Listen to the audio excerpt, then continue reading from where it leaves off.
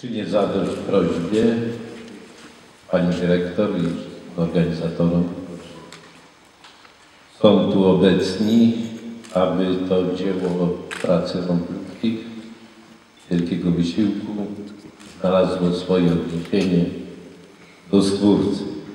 Dlatego też dokonamy poświęcenia. Tym bardziej, że ta szkoła nosi imię patrona księdza prałata Józefa Bikusa. Jesteśmy niemal, wspominając tą zacną postać, niemal przededniu jego imienia także, więc obchodzi do wielkiego dzieła. Wobec tego w imię Ojca i Syna i Ducha Świętego. Amen. Bóg Ojciec, źródło mądrości, Chrystus Pan, Jego wcielone Słowo i Bóg prawdy, niech będą z wami wszystkimi.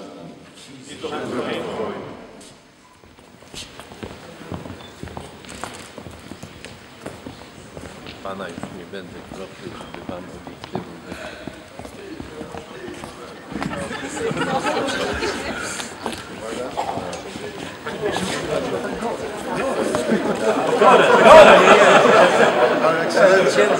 cały czas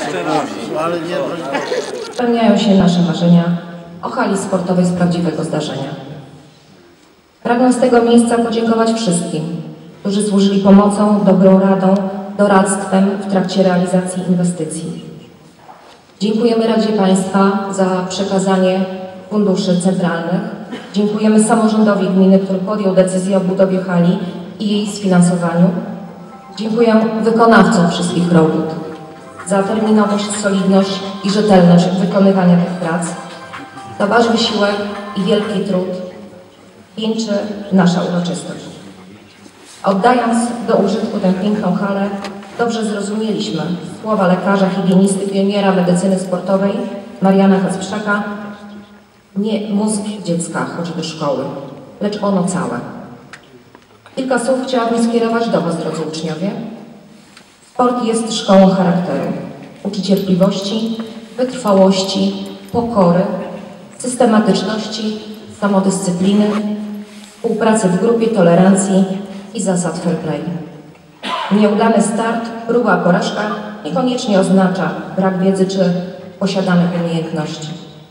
Jakże często przyczyny wielkich niepowodzeń tkwią w braku gotowości do podejmowania trudnych wyzwań i wiary w sukces. Szukajcie u swych sportowych idoli wzorów w tym zakresie, uczcie się od nich determinacji w działaniu.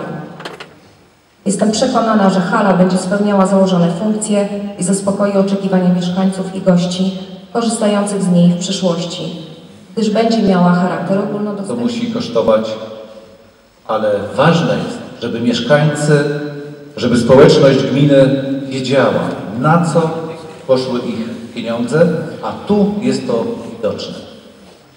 Serdecznie gratuluję całej społeczności Wanina, całej społeczności szkolnej z panią dyrektor na czele i życzę wam, aby przyczyniła się ta hala, ten obiekt do większych sukcesów i do zadowolenia i radości z waszej pracy. Wszystkiego najlepszego.